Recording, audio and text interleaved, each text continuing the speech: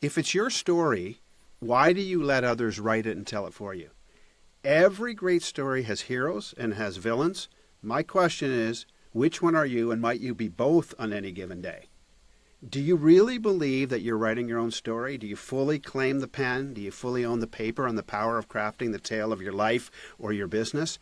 Or are you abdicating that great responsibility to others? And lastly, how do you take your personal, your professional, your business, or your organization story back and create a new narrative that will enhance your positive impact and effect on others around you? After all, it's your story, and you can learn to tell it better. And that's what our conversation is going to be about tonight. Welcome back to the show, my friends. Welcome back to another Uncommodified podcast, another Uncorked conversation. Today, my guest is Dave Summers. Dave, welcome to the show. Hey, Tim, it is so great to meet you. It was like I said before we turned on the camera. I feel like I know you after watching your podcast and your videos on LinkedIn and whatnot. It's great to meet you live in person. Awesome. You as well. And Dave, same back. I've been, Dave and I have connected over this grand platform of LinkedIn, and I've been connecting with Dave and listening to his content for a while and really intrigued by what's going on there. Dave and I connected, and I said, hey, let's braille out a conversation about this thing that Dave's so passionate about, I'm really passionate about, and that story and narrative, and how do we craft it and how we tell it. That's a big part of this. But of course, this is an uncorked conversation, so Dave has graciously come into my world tonight, so we're going to uncork a drink together and have a conversation. Dave, what are you going to drink? Okay, this is fun. This is fun for me. I get to plug the locals here. This is Blackberry Farm Brewery Pilsner. And it's brewed by, obviously, Blackberry Farm, which is right down the road in Walland, Tennessee, in the foothills of the Great Smoky Mountains. And it's a nice little Pilsner, very tasty, surprisingly good. Awesome. And so you're from Tennessee? Originally, no. Yeah, no. I'm a Tennessee transplant. I've been here for about, you're going to make me remember this. I'm going on my 4th year down here. Okay. I'm sort of a COVID expatriate. Okay, fair enough. Awesome. Well, listen, I'm drinking a beer. It's not local to me, but it is from a small brewery. It's actually about 3 hours from my house. This beer is actually a non-alcoholic New England IPA, and I started exploring non-alcoholic beers in the last while, and most of them, frankly, are disgusting. Really not worth it. But these guys actually make a great one, and I ship it to my house. So this is called Near Zero. If you're in Ontario, Canada, you should check it out. It's actually a pretty decent beer for a non-alcoholic beer. And I'm going to try one of those tonight. All right, here we go. Cheers, my friend. Oh, right back at you. That's good stuff. See, you got it. Listen, when you can drink a beer on a podcast, then you're already halfway there, Dave. Right. I'm sitting next to you at the bar. It's amazing. I know. That's sort of the ethos I'm trying to create. So Dave, in light of the fact that we're going to be talking about story and how to tell it and how to enhance it and how to create a story and communicate it, which is your area of expertise, which I'm excited about.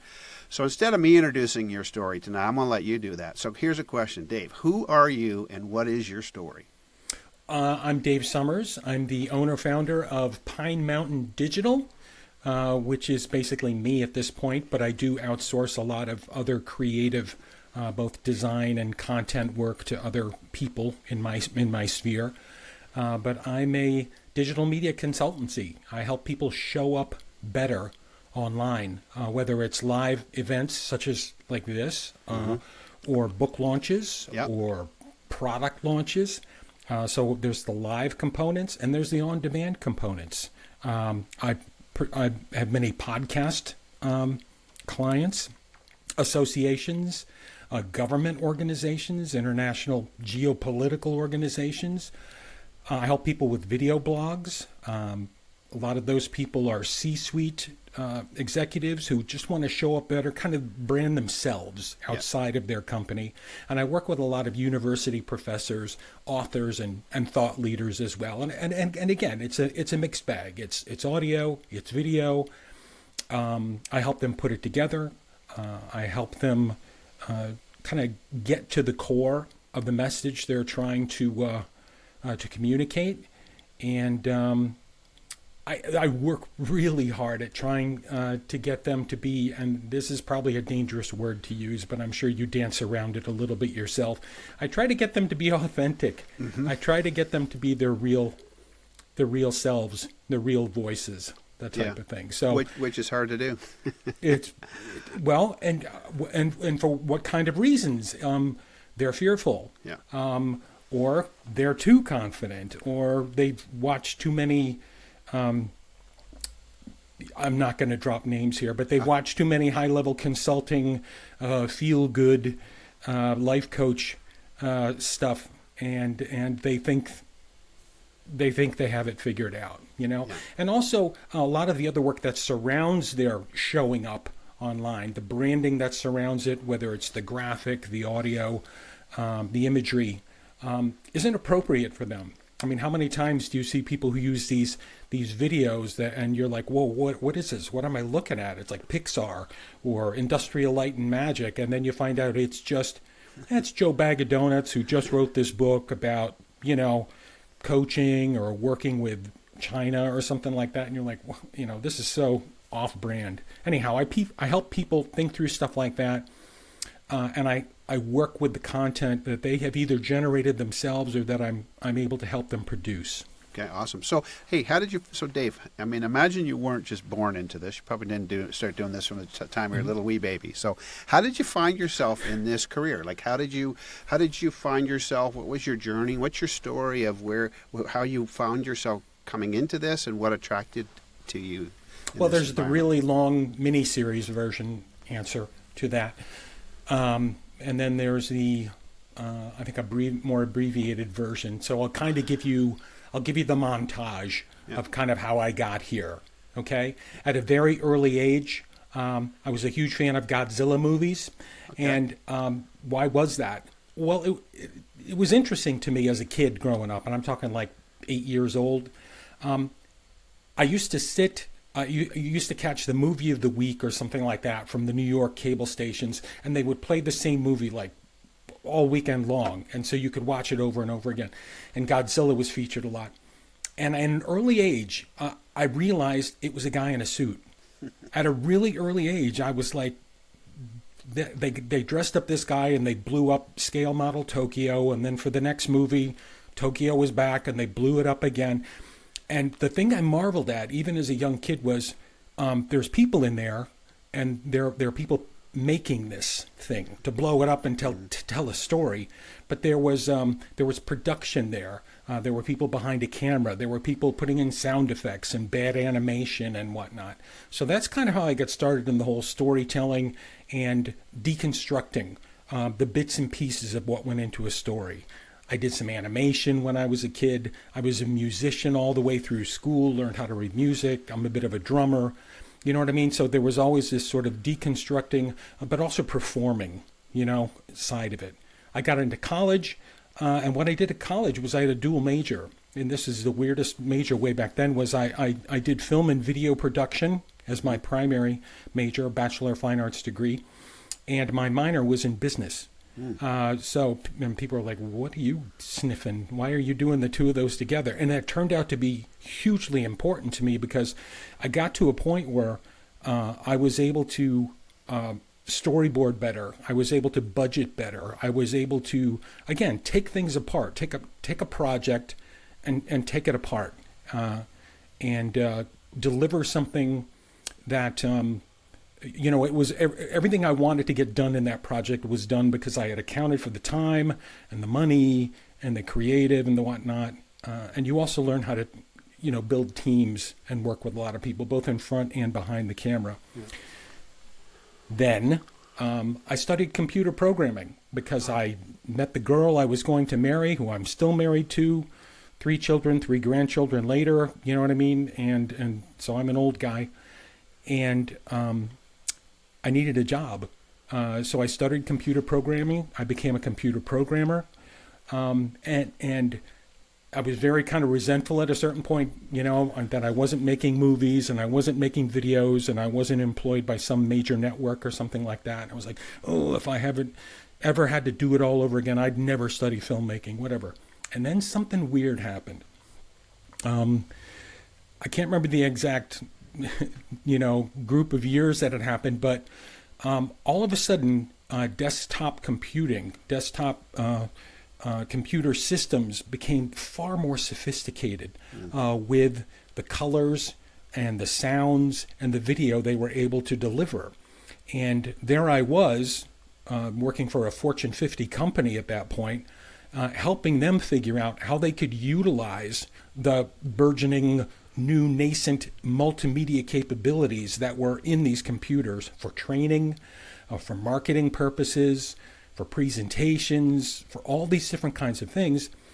And who's the only computer programmer working in the place that has a film and video background? That's Dave Summers, you know? And so I immediately got shunted into online, way back then it was CD-ROM based learning, desktop video, desktop animation. I was hired away from that consumer products company by, back then it was Anderson Consulting, which is now Accenture. I did a lot of multimedia consulting with them for a while, got hired by another consulting company, and eventually I got to the point where American Management Association, on the training side, I became their director of digital media production, and there it was more web-based. Everything had come off of the CD-ROMs, and it was all web delivered. So, and then you got to the point where you were delivering stuff on these as well. And I'm independent. I leverage a lot of the technical stuff that I love doing. So I got the technical chops. I work hard at keeping my technical skills, you know, I call it state of the market fresh. But I also have, cold hard opinions about what works online. And I understand things like short attention span theater. Yeah. And I understand things like authenticity, you know. So again, I'm blabbing here, but that's kind of the little bit of a journey about how I arrived, where I am right now.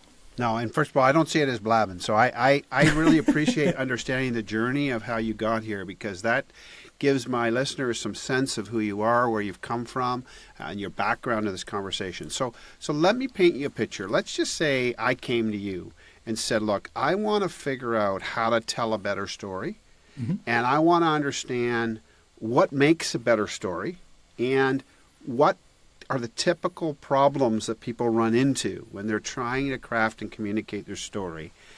And again, if you're listening in, I always say you're listening into it for a reason. So you could be a owner of a business, you're listening. You could be a member of a community organization. You could just be a person wanting to have a better sense of how to communicate online, whatever it looks like. But what makes that a great story, Dave? What are the components, and what are the problems? What are the major mistakes that people typically make when they're trying to tell a better story using these kinds of tools? Well, again, there's a long and a short answer to that. I think I'll give you an intermediate answer. I would have to get close enough to that client or potential client to really have a sense of what I think their superpower, or what their product superpower is, or what their new book. Let's say one of my clients is an author. What's in that book that no other book has in it. And it's sort of sussing out that, well, here's your special ingredient, right here. And it's getting them to talk about it. The most important skill I have, and the thing I have to work very hard at, is I have to listen very carefully to what they think is the important thing. Now, we may end up after an hour of discussion me saying, yeah, but that's not really it. And if I've been paying super close attention, they probably brushed up against the thing that makes this truly compelling and truly unique. A personal story about where I got this idea, or what movie I was watching, or what music I was listening to when I came up with this idea. And from that, we can back up a little bit, and we can start establishing what are the kind of emotional or psychological stepping stones to that destination, that arrival point. And sometimes that's easy, and sometimes, again, it's very conversation driven. What I do in order to do these, suss out a use case, I'll call it, but I think a quick exercise I get them to do is I get them to tell me their elevator pitch. And back in the day, the elevator pitch, we still talk about it. Right now, we call it the elevator pitch. Sorry, quote. And quotes. You had if you were pitching and you got the CEO in an elevator, you had 30 seconds to 2 minutes to hit him with your thing, you know? And that's still a worthwhile exercise because it gets you to distill your stuff down to, you know, what are the critical, attractive different components, you know? And the challenge I have is after we get to that sort of elevator pitch is a lot of these people feel, well, then that's it. We video the elevator pitch. And I'm like, well, not exactly, you know, because sometimes an elevator pitch is actually too long, or sometimes an elevator pitch isn't enough. And with some of the video work I do, particularly kind of the short attention span type stuff, it's very important that you leave people with, you know, a minimum of 3, a maximum of 5 really interesting points or things for them to think about, questions that a potential client of theirs, a purchaser of their product or service, you know, should be thinking about in their heads. But it also is leaving them at the end of this video or at this program with good news. We're not boiling the ocean in a 5-minute, you know, video. What we're saying is, here's 3 things I can tell you right now. Great news. Here's the website. Here's the PDF. Okay. The other great news is this isn't just one 3-minute video. This is one of 7 videos. Each is approximately 3 minutes long. So even though you're only watching a 2 to 3 minute video, it's part of it's part of a family. I call it part of a family, you know, and that's what I try to get people to do. So it's listening, it's bullet pointing. A lot of people require a visual for what we're doing. If they have some type of graphical components or flows or branding that's already associated with it, I'll work with them to come up with a storyboard. Storyboard is a very effective way to, before you actually start crunching away at cuts and fades and up and down and motion graphics, to, you know, you walk before you learn to run. You know what I mean? You communicate, you save, you know this, you save time and effort on doing pre-production before you actually get to the production of it. So I listen, I hear their story, and I'll be honest with you, the first couple of prototypes I do for them, and I make it very clear that this is an iterative process. I'm not Babe Ruth. I'm not going to get up there the first time, point to the fence, and hit it out of the park. We're going to come up with 2 or 3 ideas. I'm going to give you something to bounce off. You're going to say, yeah, that works. Or, hey, I didn't think about it that way. You know what I mean? Or that's a little too far, you know, afield for me. But at least I give them something to react to beyond the storyboard. You know, it might be an animatic. It might be a really sort of low-tech video or something, but they get a feeling of where I'm trying to go with the direction, and most importantly, with the momentum of this stuff, because it's a lot of the work I do, it's very momentum driven. It's so easy to stall out on a digital media project, either audio or video. So you have to. The momentum is such a critical thing, and many times if you create that, then they'll pull you through. Sure. You know, but other times you have to prompt them and push them a little bit. Interesting. Does that make sense? No, it does. It's very fascinating, actually, and I love the way you describe that. And I think, you know, momentum is a powerful force when we think about it, creating it and sustaining it. But so I'm interested to know, as you work with people, and when we first started, you talked a little bit about the challenge around authenticity. So what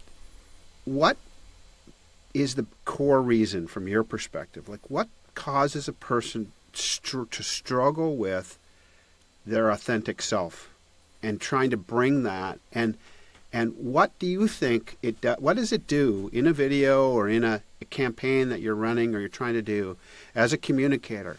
When you are authentic, what does that actually do for you in the story you're telling and the way that it's received by the listener?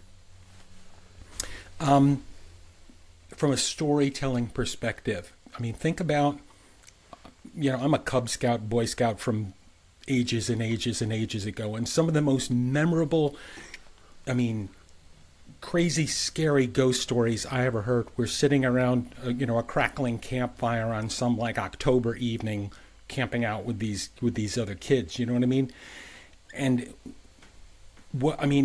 what made that so scary was the scene was set, the environment was set, whatever, but the person telling the story, had your attention. Mm-hmm. So you work really hard at getting people comfortable with capturing attention, with not being afraid to entertain, with not being afraid to, how much of marketing is fear? You know what I mean? Put a little bit of a fear or a little bit of doubt or anxiety in their head. Ask yourself these two questions, and it's not being afraid of pushing an emotional button. I think that's an important thing, is getting people comfortable with the fact that it's okay to bring emotion into it. Not over the top emotion, sure, unless you're like Crazy Eddie, selling stereos or something like that. Yeah. But it's getting people comfortable with it, because at the end of the day, it's your face, yeah, it's your voice, it's your message, and there's a million self-help books out there. What makes you so unique, And part of that might be something I call a backstory. Mm-hmm. Peter Parker was bitten by a radioactive spider, and isn't that a cool origin story? Well, what's your origin story? And that could play into getting people comfortable with talking about what their value proposition is, either for their book or their product or their offering or their association or whatever. It's and that sounds like a very manual thing. It sounds pretty low tech, but it all starts and ends with that. It's also getting them comfortable with them hearing their own voice. Yeah. And a lot of the work I do, I'll be on Riverside, like we're on Riverside here, and I'll be on or whatever, and we'll just record the conversation, and then I'll transcribe it, and then I'll go through the transcription. All right, I won't. An AI-enabled super brain, Sure, will transcribe it, and then I'll go through it, and like Lego bricks, I'll sort of create this set of Lego bricks that help us tell the story. And I'll say, well, you mentioned this, but here's a really clever thing you did or said or turn of phrase. Yeah. You might find a way to incorporate that. So again, it's taking stuff apart. I think that's a big part of getting people comfortable, is getting them to understand and appreciate that they've got nothing to be afraid of, that they already have the secret ingredient in their blood, or their superpower, somewhere up in their head. It's just getting to help them comfortable with the process to pull that out and present it to the world. Yeah. But again, it's, Grandma Moses, famous American folk painter, didn't start painting until she was like 85 or whatever. And her paintings are priceless now, but she's authentic. Nothing else looks like a Grandma Moses picture, And it's getting people to understand that what's in you, you know what I mean? 50-year-old author, 42-year-old college professor, whatever. What pictures do you have inside your head? Mm-hmm. Now, at the end of the day, we're all trying to sell something. Right. We're trying to, help them sell their product or their book or their service or whatever. Or in the case of an association, their membership or their values or their conference, right, that kind of thing. So you bring that in, but you don't start with that. You bring that into it. For me, that's always I joke about it, but that's always the great news. Great news. Here's a way we can go further. Yeah. Great news. Remember that thing I told you about earlier? Here's how you can do that for you. Or here's something you might... That's in chapter 5 of the book I just wrote, that kind of thing. Yeah, no, and it makes sense. So I'm interested to know, scripting is a big challenge for people, and I do a lot of sales training and I have for a long number of years, and salespeople, for instance, viscerally have a negative response when you say we're going to write some scripts. My proposition has always been to salespeople, it's not scripts are not the problem, it's lack of commitment to practice and rehearsal that's the problem. Mm-hmm. Because going back to the film, mm-hmm, you grew up watching all these films. You had this epiphany from a film, that there was just a man inside that suit. Well, I had an epiphany years ago in relationship to the training I do particularly with sales professionals around scripting, which is, you think of a great movie that you watched recently. You think of an excellent movie that you watched and you were just so into it and it brought you into it and you couldn't believe it was amazing. It never dawns on us when we're watching that, oh man, this is just a script. These are not the actor's words. But the reality is, at one moment in time, those words were fully authored and possessed by another human. Through the dedication and commitment to rehearsal and practice, you synthesize that script in such a way that it becomes yours. And you might even go off script a bit, but the reality is that all those words that you're now gathering together and bringing into this conversation with such eloquence and power, they're actually someone else's words at some point. And so personally, I don't think scripts are a problem. I think lack of rehearsal is a problem. My question to you is, when you're working with somebody, do you typically find that are they working from a script?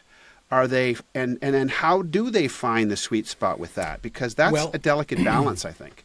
It truly is, and I'm going to be totally upfront with you. I think you and I come at this from two different directions, and I very much respect the way you do it, and I'm sure you have a lot of success with it.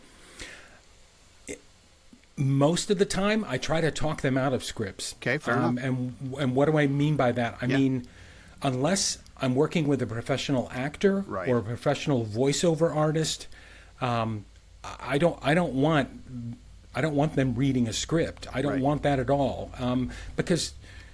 And maybe they could get to that point with rehearsal. Right. But I find it's more important for them to. I'm a bullet point guy. I'm an outline guy, and for me, working the challenge, the heavy lifting, comes from what are those bullet point items. Again, the metaphor I use ad nauseum again and again and again is Lego bricks. We're creating Lego bricks, and the engineering, the thought engineering, the creation, the conversation, the listening that has to take place to derive and create these Lego bricks, which build the outlines, which build the notes and stuff like that, are more important to me than a script. If I get to the point where there's a script, again, 99 times out of 100, I'm pushing for that to be read by a professional actor or voiceover talent. I have a production bias when it comes to that. Now, rehearsal is super important. Getting them comfortable is super important. But I'd much rather have them as non-digital media experts and performance artists and actors. I'd much rather have them work from an outline of keywords and a thought flow and get them comfortable with it, because then they can catch on the keywords, but the conversational stuff that surrounds it, like the spackle that surrounds it, is them, is their conversation. Now that takes practice, sometimes. Other people are super relieved because, again, I have some bad examples of senior level executives reading scripts. Sure. And they're dreadful. Yeah. But if we switch to an outline format, it's them. Wow, I'm talking to Tim. Tim's saying something to me, And the on-ramp to something like that. Again, a lot of the work I do is very momentum and very speed-based. Yeah. And we can get something meaningful done and get a reaction to it quicker through this Lego brick outline type of approach versus a script. I'm not anti-script. No. I'm just saying for most of my clients, and Dave, it's not the way to go. I really like the conversation because I'm suggesting in some ways I would use a script. Now that's not video-based, okay? When I'm doing training, that's a little different. I like the pushback that you're saying, and I would agree generally in the sense that I don't think the average person is really adept with a full script. And I think maybe what I'm hearing partly is one of the lessons here that you ought to be taking to this conversation, listening, is a script might be way too burdensome for you. An outline with key words may be a better way to frame your story. and frame the thing that you're saying, even if whether you're recording that or whether you're just up in front of a group of people in your organization at a quarterly meeting and you're telling the story of your organization and its success or whatever. Maybe not working from a full script or notes, maybe that becomes a problem, because then it becomes very it becomes very robotic and not human. So that's a problem. So I like that. That's really good, wise advice. So here's a question: what are some of the typical problems that keep people sort of make when they're trying to tell their story, and you sort of watch people online and you see what's going on, and you would say, man, these are the one or two things that typically people are not quite getting right, and here's the problems maybe that it even creates in your mind. I'm going to go back again to sort of this idea of use cases, or at least preliminary questions I have for potential clients or people who come to me. And one of the second or third question you ask is, well, who's the audience? Who's the audience for this piece of content, for this video, for this podcast, whatever? Who's the audience? And again, 9 times out of 10, they don't have experience with web video or digital media production or whatever. And they'll just off the cuff, off the top of their head say, well, I want everybody to like this video and get something from it. And you're like, okay, time out. Let's take a step back and say, you've got 3 minutes. 3 minutes, 5 minutes, whatever. I'm Mr. Short attention span here, and if it's a video for everybody, it's a 45-minute Discovery Channel show on dark matter and how Einstein was wrong, and it's so deep and it's so dense, and you cover it from 3 different angles, and all this other stuff. If we merely go down the path of we get a handle on who the audience is. Well, it's mid-level managers who are interested in blah, blah, blah. You know what I mean? It's purchasing agents who need to have a better grasp of, this or that and the other thing. Then you can kind of like pull things down and say, again, after you sort of push them to that point, what would just light them up, that audience, with this offering, with what we're trying to sell here, or what you're trying to communicate? Because many times the work I do, it's educational. And I don't want to get caught up in buzzwords and acronyms and stuff like that. That isn't going to mean anything to your typical, Joe Bag of Donuts, type of audience, and if we're comfortable with identifying who this audience is, or at least in the neighborhood, you know what? We can hit certain acronyms. We can hit certain buzzwords because they're going to be an attractor, And so it's doing that work on the front end of determining audience, determining message, tone.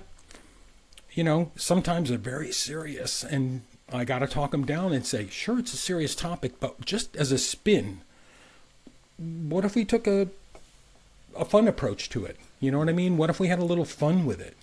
And not only that, a lot of times I take the pressure off of them by saying, if it's a video, maybe it's a video blog.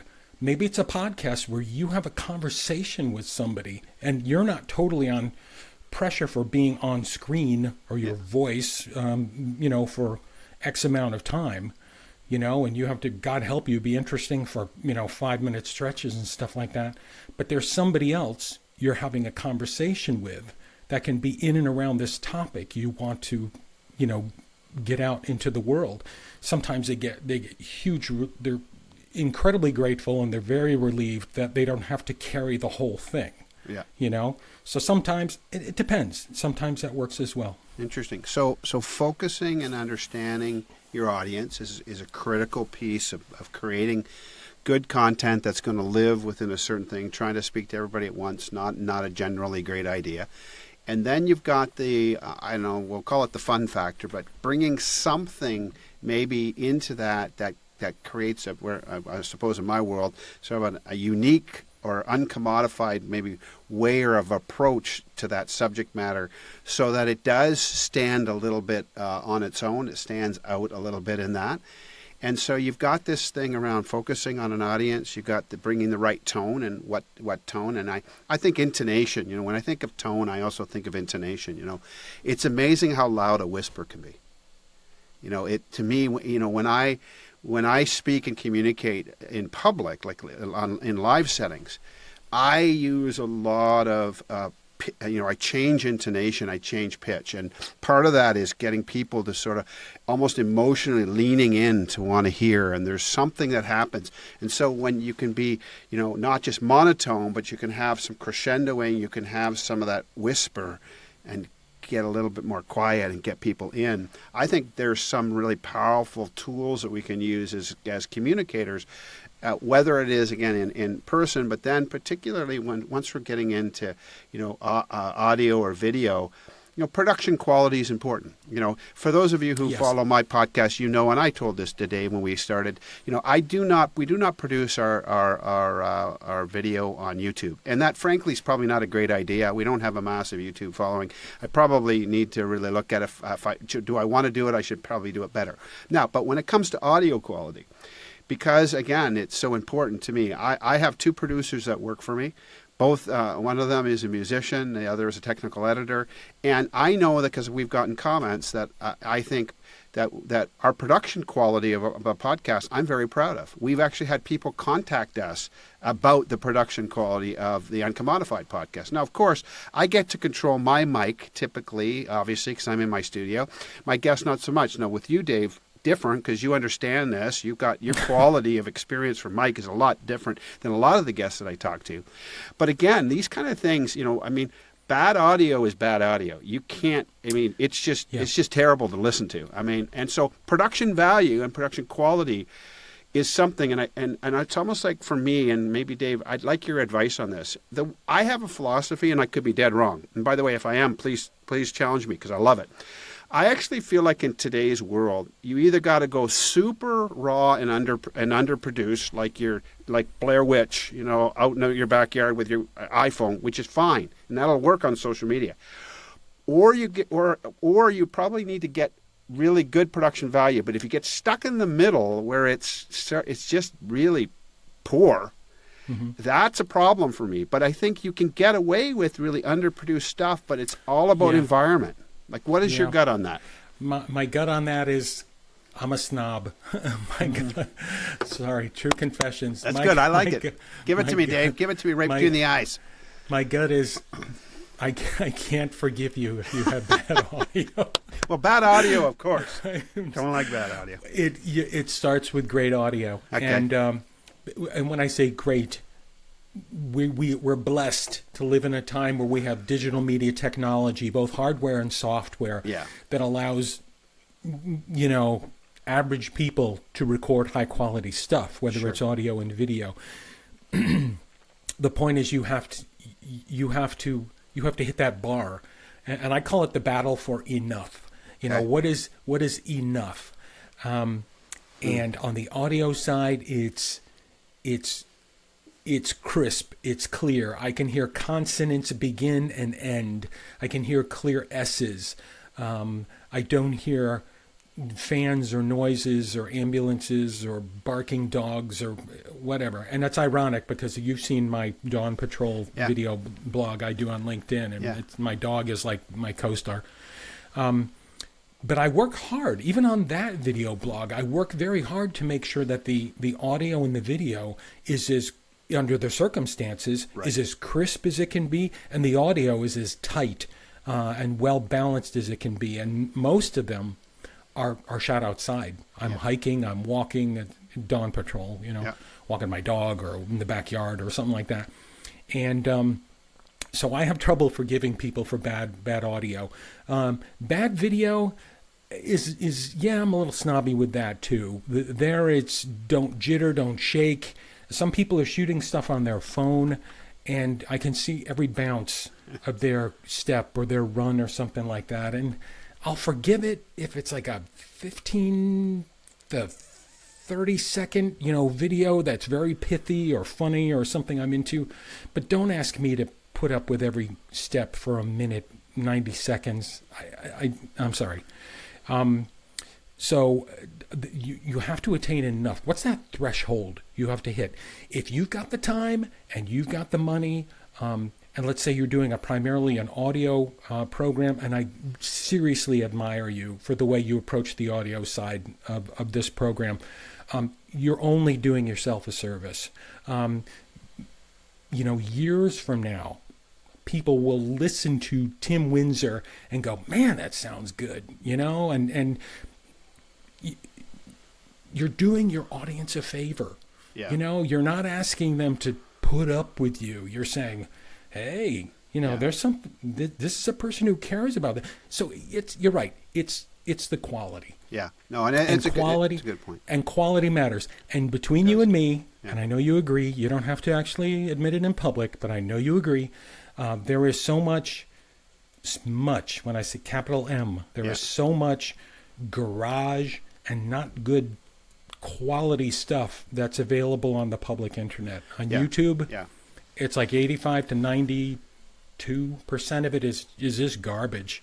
Yeah. People, other than if they're funny cats or goldfish doing something stupid, great. But if you're trying to make me passionate about something, if you're trying to tell a story, if you're trying to turn me on to something, if you're selling your book, oh boy. Yeah. I agree. By the way, Dave, I agree with you. It's matters. A problem. It does matter, and it's kind of funny that we're talking about this. And I get challenged all the time, which I love. I have a good friend of mine. His name's Terry Black, and Terry is a wonderful friend of mine. He's an artist.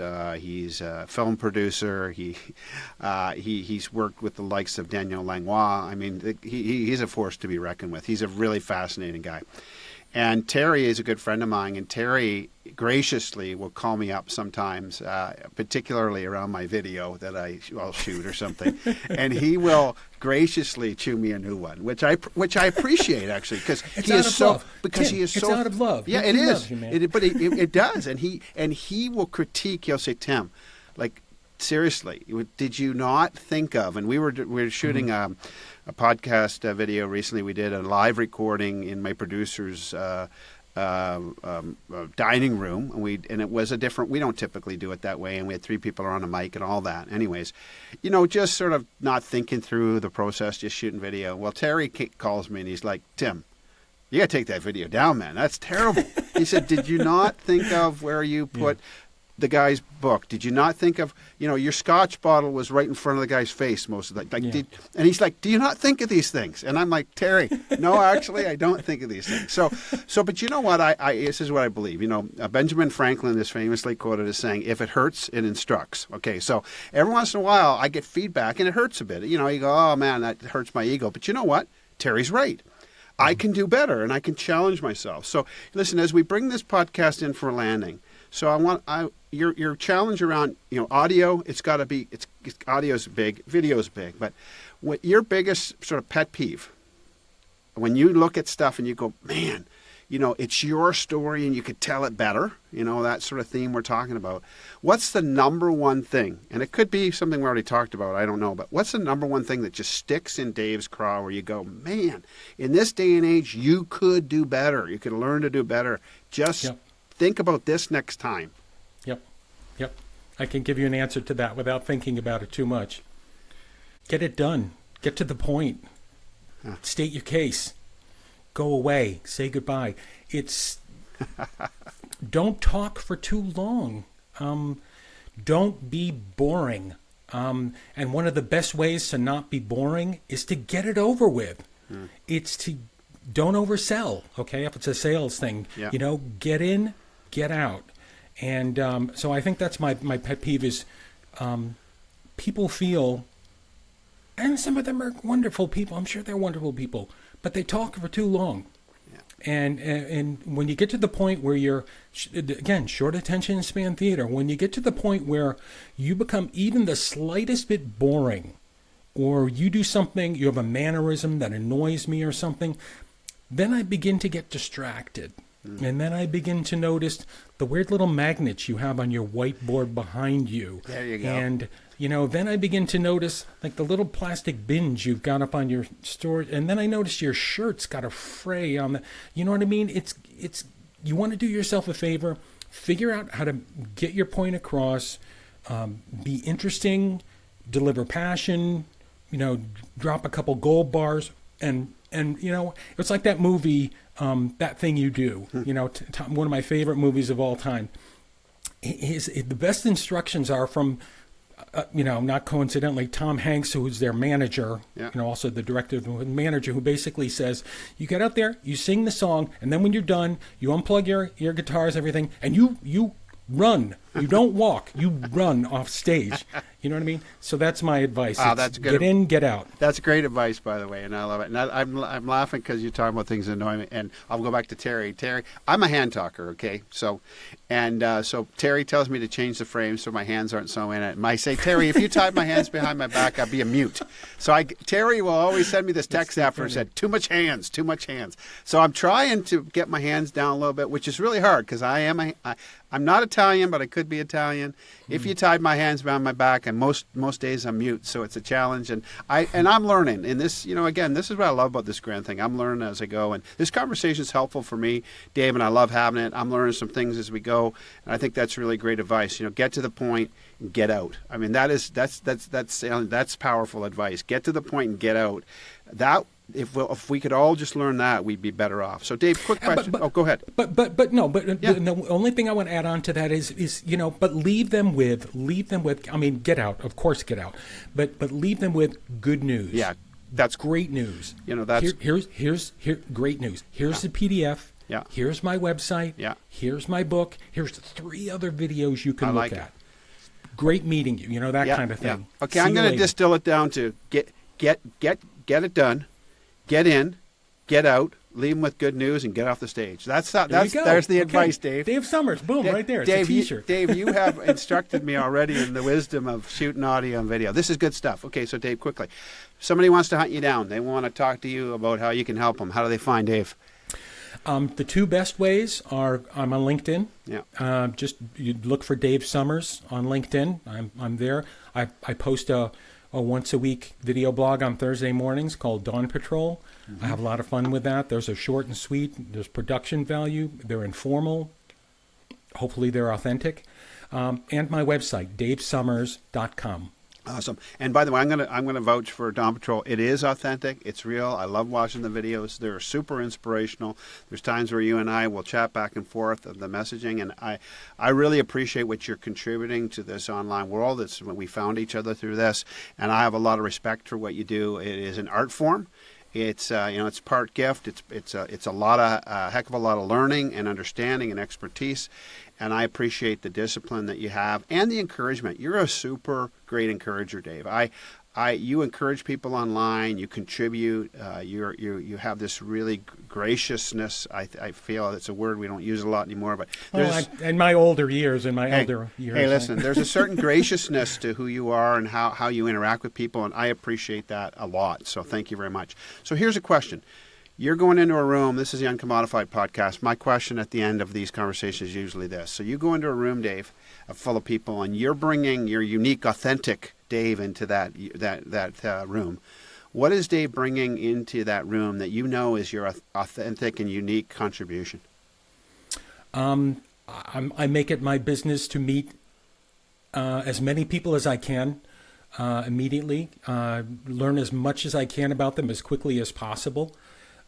So I'm a bit of a gadfly in meetings and in groups of people I don't know. I tend to move from table to table, or, if there's alcohol involved, from bar to bar or whatever.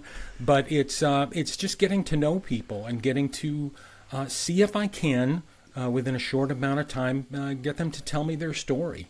And if it's a business story, great. If it's a personal story, even better. If it's a crossover, wow, we have a hit there. So it's I work really hard at being a good listener, and what that does is it immediately puts me in the mode of, I frequently see myself as like a virtual or like a digital stage manager. I kind of think like if I were taking this person on the road, where I work, how can I help them? How can I help them tell that story? What would I do to help them with that? So I guess I just make it my business to meet a lot of people. And, think and listen very closely, but think about how I can help them get whatever they get the message out. That's that awesome. type of thing. Well, listen, we all got a story, and I think that we don't spend long enough time discovering the stories of others. We often are too concerned with our own story and how we're going to write it. And I love the fact that you're trying to help people understand their story, tell it in more unique ways or more professional ways, which is great. But at the end of the day, we all have a story, and I'll go back to what I said at the beginning. You've got a story, and you have to take responsibility for it. You've got to fully claim the pen and the paper and the power to write it. And whether you're writing it in this narrative of your life or you're writing the story in relationship to your business or your community organization, you have a responsibility. And leaders have a responsibility to understand the story of their organizations and how to tell them better to their employees and to their customers. We have stories that we need to discover from one another. And so if you're listening in, my encouragement or challenge to you is be a gadfly. Be what Dave just encouraged you to do. Go out into your community, into your next meeting you go into, and make it a challenge. I give you a challenge to discover the unique stories of 2 or 3 people in that room. Find out what their story is, and then figure out how your story and their story connect and how you can write a better story together into the future of your lives. Again, thanks for listening in. We appreciate your time. You listened in for a reason. Challenge yourself. What's your story? Find the stories of others. Have an excellent day. Cheers, Dave. Thanks so much for joining me.